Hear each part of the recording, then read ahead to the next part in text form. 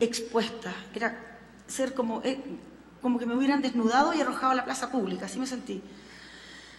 Y el proceso terminó en que la Corte de Apelaciones estimó sancionarme, pero fue una situación bastante irregular, porque no se me sancionó con las sanciones estatutarias del Código Orgánico de Tribunales, sino que me hizo un severo llamado de atención, es decir, no podemos aplicarle sanciones porque lo que usted ha hecho no es parte de los delitos ministeriales de juez, pero sí esta Corte le hace un severo llamado de atención. Y eso se tradujo en que, a la larga, mis calificaciones nunca más volvieron a ser sobresalientes. Perfecto. Respecto de este tema de las calificaciones, señora Karen, la quiero llevar a un tema que usted describió al principio de su declaración. Usted nos dijo que era jueza.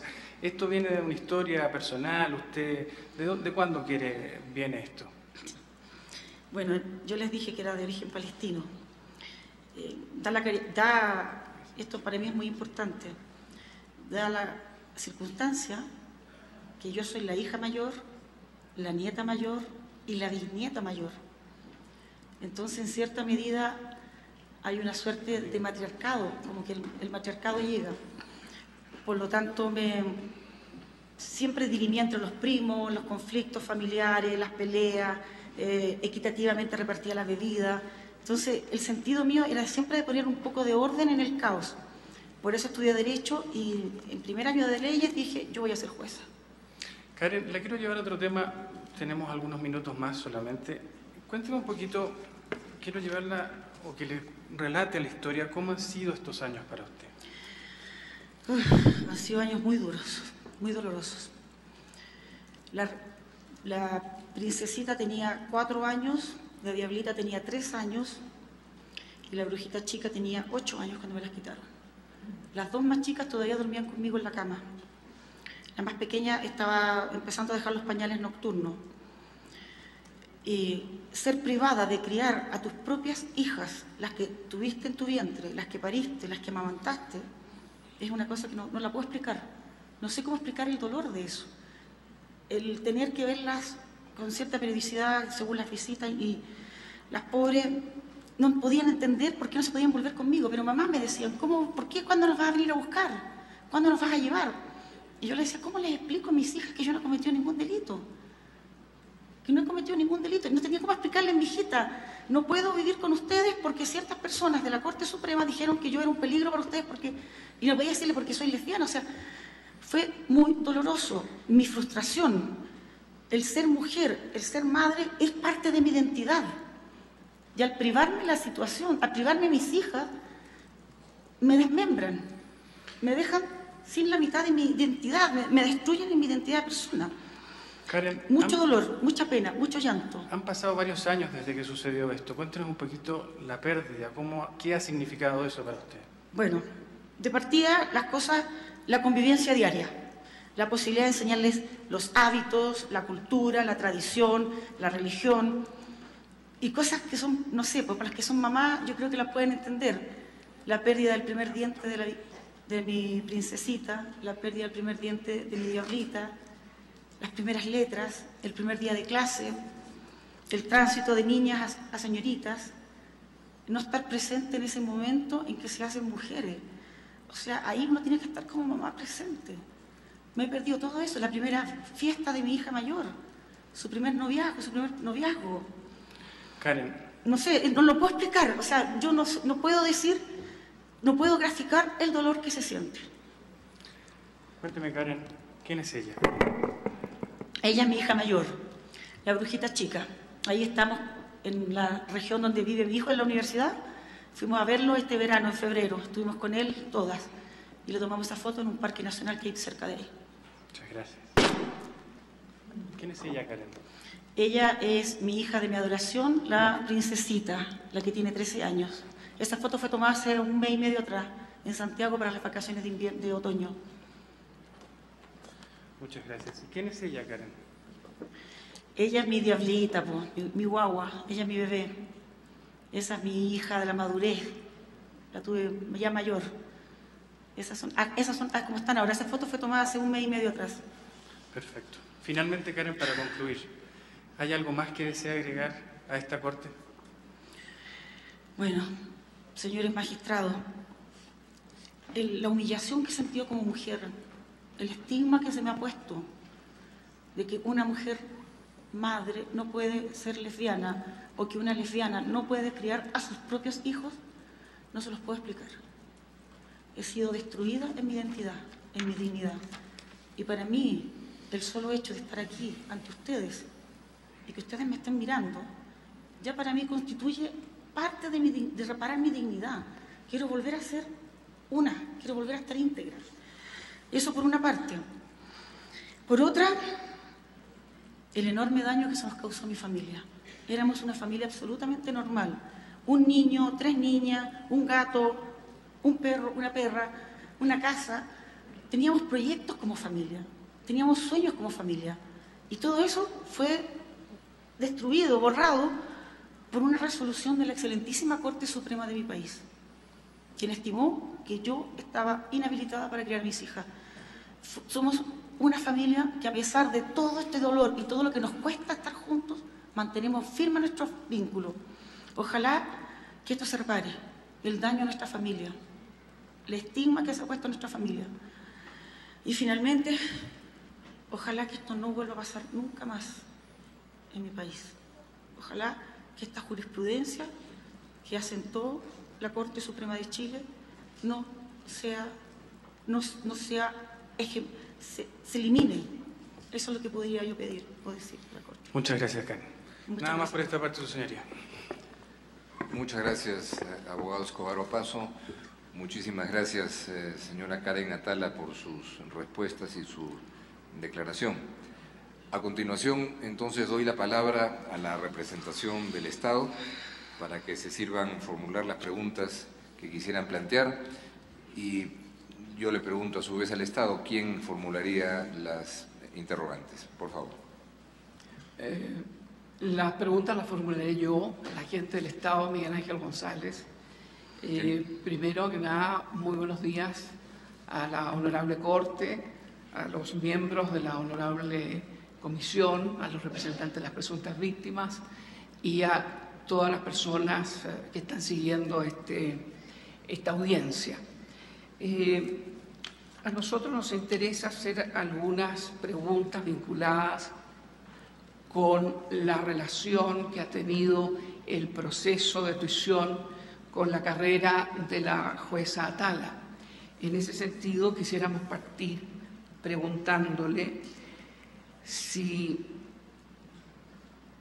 en el momento en que ella fue objeto de una investigación sumaria, que es un procedimiento normal dentro de la judicatura chilena, si eso a ella le significó alguna sanción. Gracias. Gracias, señora agente. Tiene la palabra, señora Atala. Buenos días, señor abogado. En realidad, las sanciones han sido a raíz del proceso de tuición, como lo señalé recientemente, y de la investigación administrativa sumaria. El ministro Lenín Lillo pidió que se me formularan cargos y efectivamente la Corte de Apelaciones señaló que, como acabo de decir, no se me señaló una sanción estatutaria del Código Orgánico de Tribunales, pero me hizo un severo llamado de atención, que es una suerte de consuetudo. Es una costumbre en la jurisdicción de Temuco, por lo menos, de la Corte de Apelaciones de Temuco, que cuando no pueden, cuando hay un hecho que les molesta o les incomoda, y no es de los que establece el Código Orgánico de Tribunales,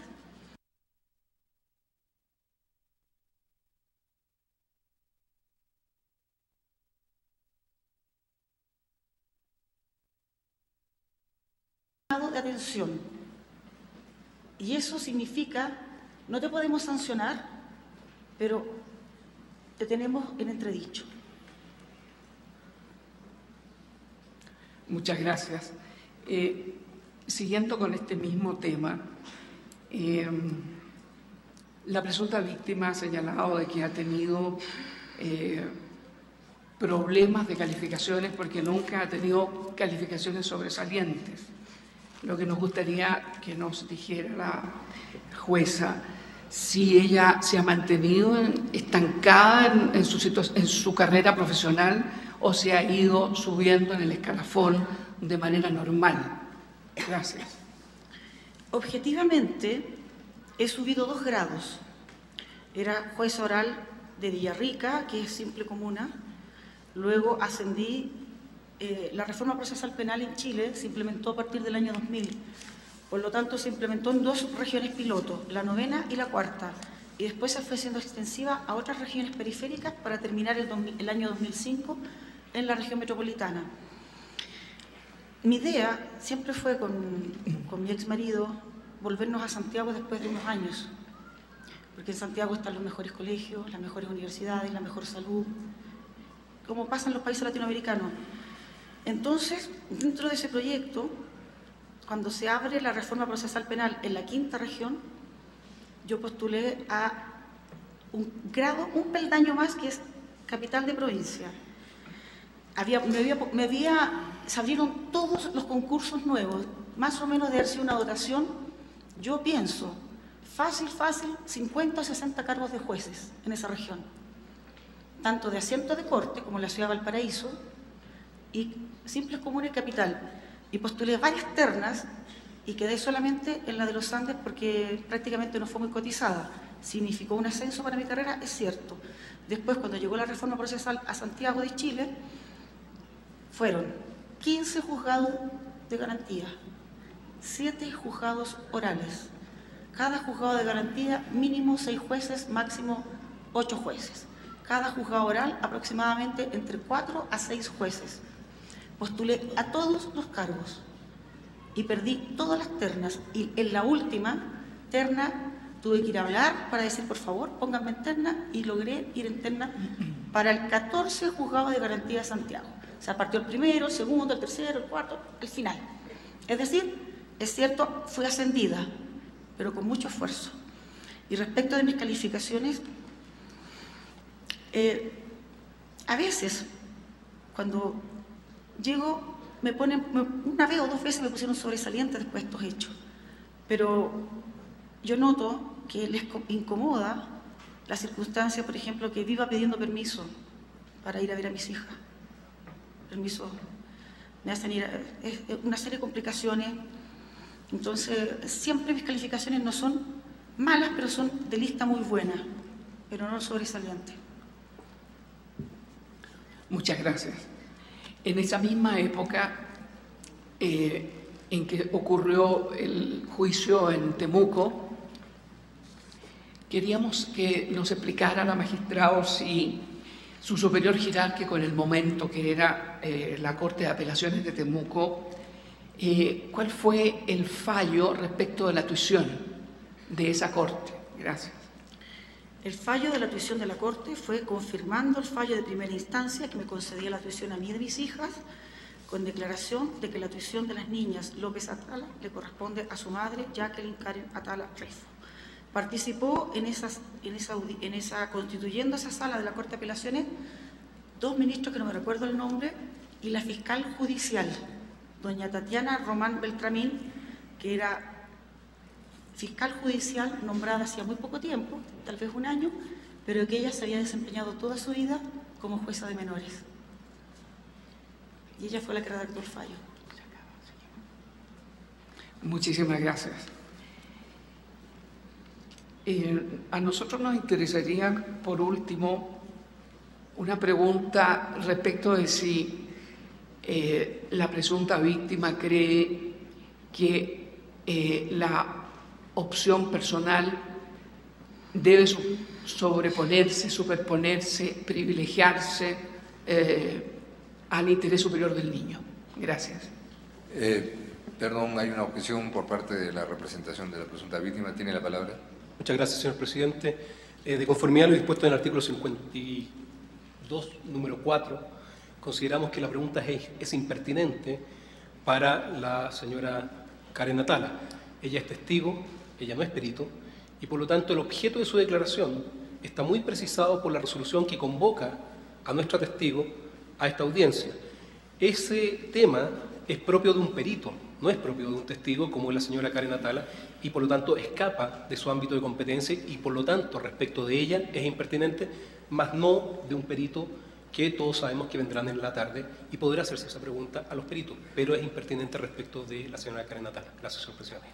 Muchas gracias. Se recuerda en efecto que el propósito de esta declaración es doble. Primero, la alegada violación a sus derechos desde el comienzo del juicio de tuición de sus hijas y dos, el presunto impacto de la decisión de la Corte Suprema de Chile en su proyecto de vida personal y familiar. De manera que le pediría, señor agente, si puede formular con alguna redefinición la pregunta que nos ha planteado o realizar otra pregunta. No, el Estado retira la pregunta. Gracias, su señoría. Eso sería todo por parte del Estado. Sí, señoría, hemos concluido. Gracias. Muchas gracias, señor agente. Ha concluido el interrogatorio por parte de la representación de las presuntas víctimas y del Estado y procede a continuación que las señoras juezas y jueces planteen sus propias preguntas si así lo tienen por conveniente. Le pregunto en primer lugar al juez Pérez Pérez si desea formular alguna pregunta. Juez Pérez Pérez. Sí, señor presidente. Adelante. Tendría una pregunta sobre los hechos que llevaron a que después del divorcio, o en el momento del divorcio, las niñas quedaran a cargo de la señora Karen Atala. Según tengo entendido, hubo un acuerdo con el ex marido, ¿es así? No, su señoría. Yo todavía estoy en proceso de divorcio. ¿Cómo? Yo todavía estoy en proceso de divorcio. Sí. Lo que se hizo en ese momento fue demanda de tuición.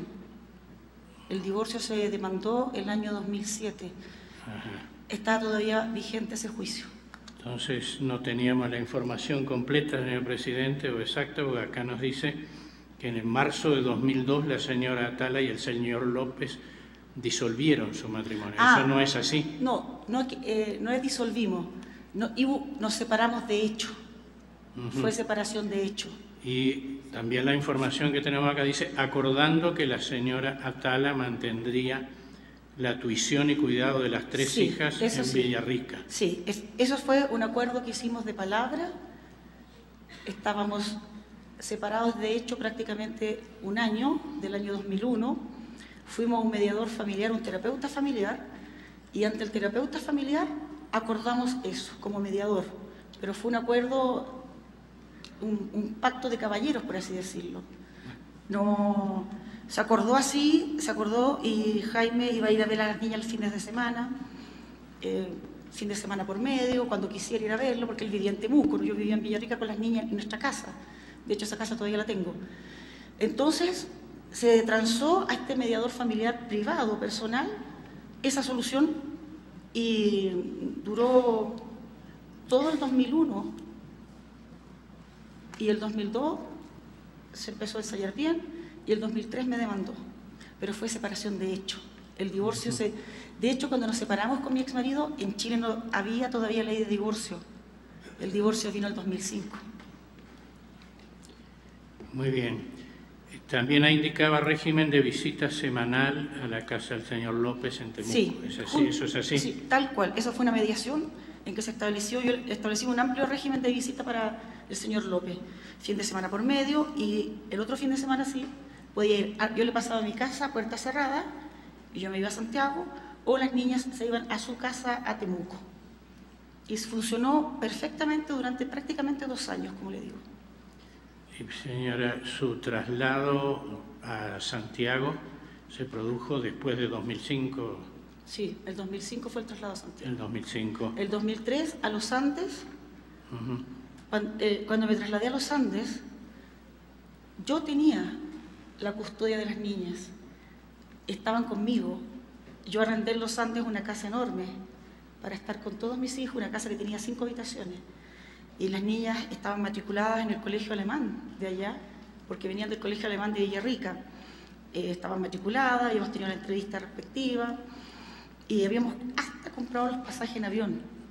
Y el día anterior, el vuelo era el día jueves, el día miércoles me notifican la entrega inmediata de las niñas en el tribunal. Y fue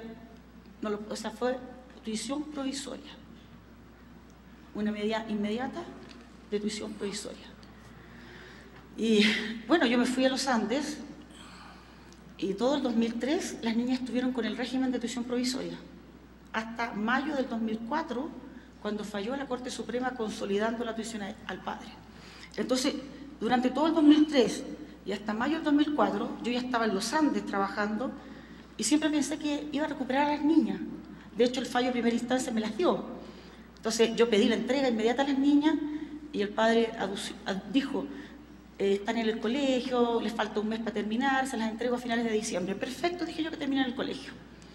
Y entre medio interpuso una orden de no innovar a la Corte de Apelaciones, y la Corte de Apelaciones dijo no, mientras no se resuelvan los recursos pendientes, no le entregue las hijas a su madre.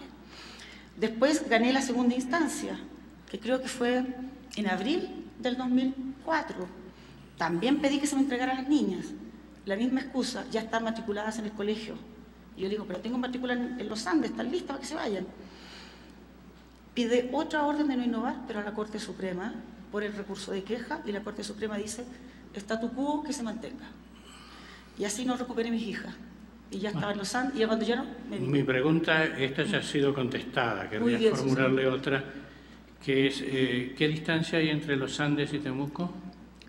No lo sé, su señoría, pero entre Santiago y Temuco son 568 kilómetros, y los Andes está a 80 kilómetros de Santiago. 80 al norte. Al norte, por lo tanto son... 580. Soy mala para las matemáticas. Sí, soy mala para las matemáticas. Sí. Bueno, muchas gracias. Nada más. Muchas gracias. Los Andes está así cerca de Santiago, está muy cerca de Santiago. Muchas gracias, juez Pérez. Muchas gracias, señora declarante. Le pregunto a la jueza Abreu Blondé si quiere formular alguna pregunta.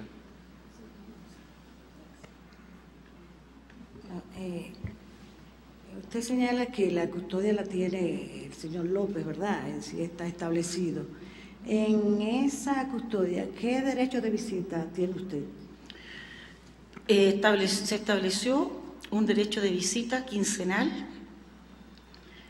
y un mes en el verano y la mitad de las vacaciones de invierno.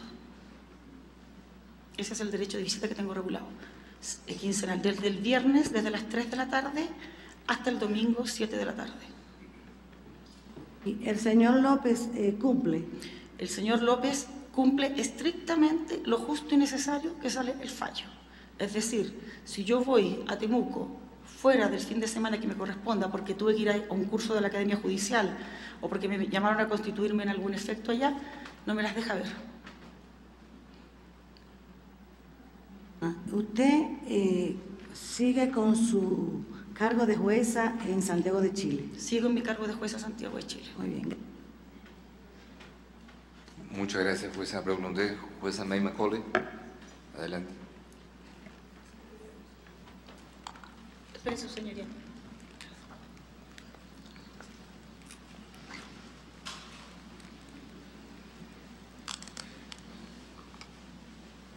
¿Cómo funciona esto? Ya.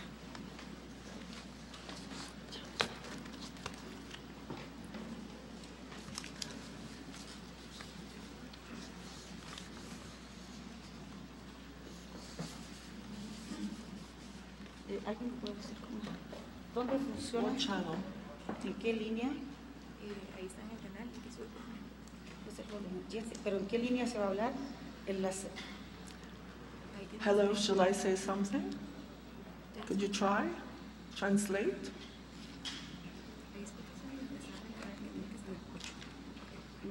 Ahí, está en inglés, está en inglés. Can you hear anything now? Está en inglés, me encuentro en la pista en Channel castellano. 5. Cinco. No sé si me lo van a dar.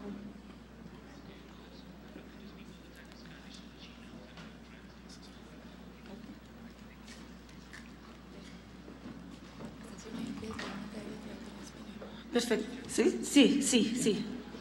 Ya, vale. Mrs. Riefel, Judge Reefer, I should properly address you as. If you can assist me, I come from a different jurisdiction and I need to follow up on the questions of my learned colleague on my left. I am in some confusion about the various orders that were made. If I understand it correctly, the first, you were served with an ex parte order. You had not been at the hearing, the first hearing made by your husband. You didn't know he had applied for custody.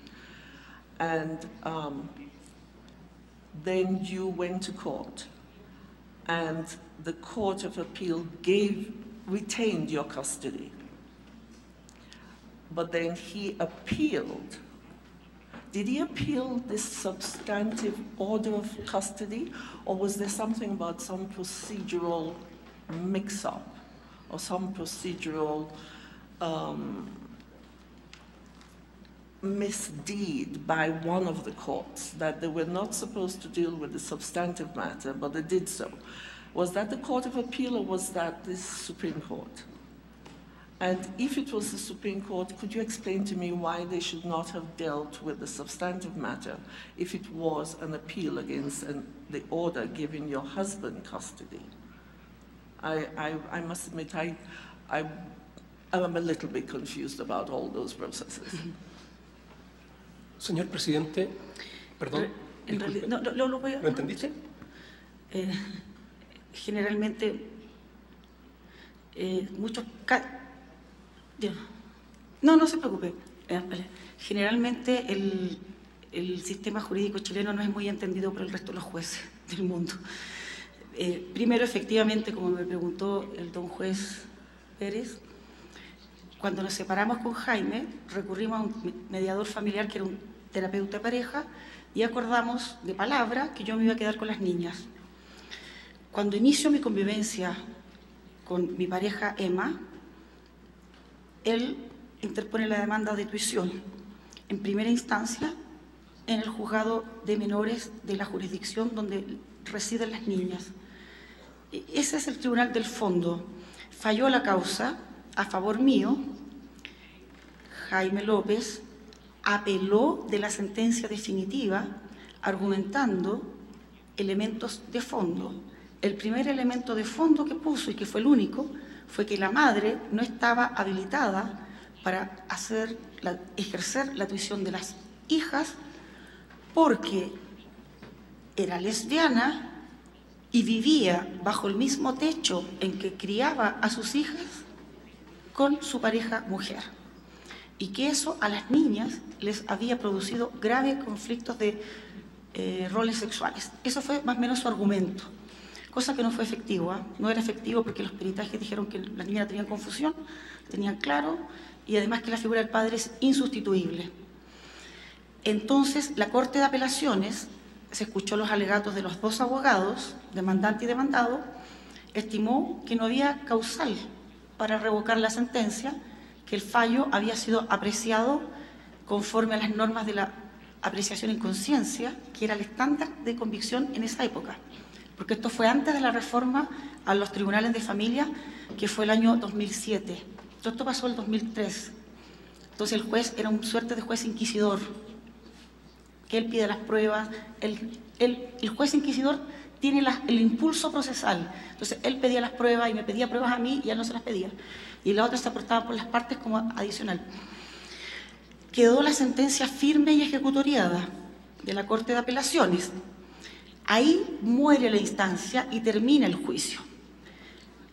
El abogado de Jaime recurrió ante la excelentísima Corte Suprema de Chile con un recurso extraordinario que se llama queja disciplinaria. Les explico brevemente la queja disciplinaria.